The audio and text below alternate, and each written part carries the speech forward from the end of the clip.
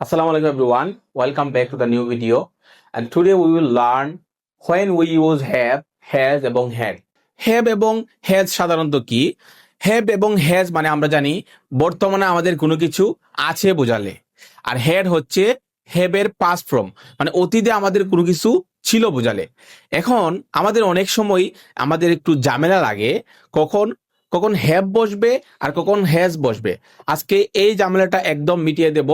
আমরা জানি যে আমাদের বর্তমানে কোনো কিছু আছে বোঝালে হ্যাভ হয়, তাহলে হ্যাজটা কখন হয়? হ্যাজ ও আমাদের সাথেই বসে, বাট কখন বসে? হ্যাভটা হচ্ছে আই, ইউ, উই, দে।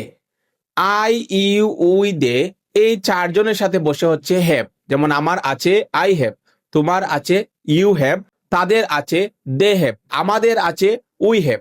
তাহলে হ্যাজটা কার সাথে বসে? হ্যাজটা বসে হচ্ছে থার্ড পারসন সিঙ্গুলারের সাথে। থার্ড পারসন সিঙ্গুলার কারা? হি, শি, যে কোনো ধরনের নাম, ইট এবং যে কোনো ধরনের প্লুরাল ফর্মের সাথে বসে।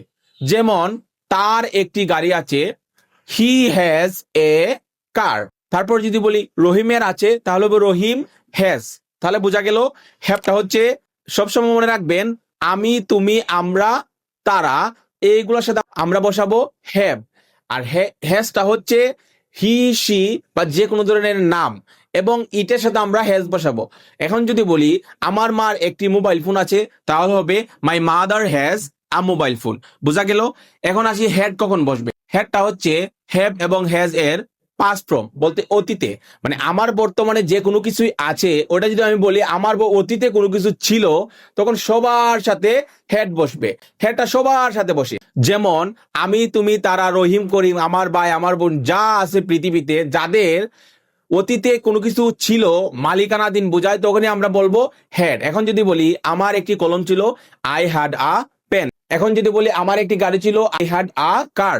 এখন পৃথিবীর যে কোনো মানুষের ছিল। এখন যদি বলি ইলন মাস্কের একটি গাড়ি ছিল, তাহলে এখন বলবো ইলন মাস্ক হ্যাড আ কার। সবার সাথে হেড বসে, বাট হ্যাভ এবং হ্যাজটাই বসে একটু পৃথকভাবে। এই ছিল আজকের ভিডিও। এরকমই ছোট ছোট ভিডিওতে ইংলিশ শিখতে গেলে আমাদের পেজটি ফলো করে রাখতে পারেন। Thank you so much.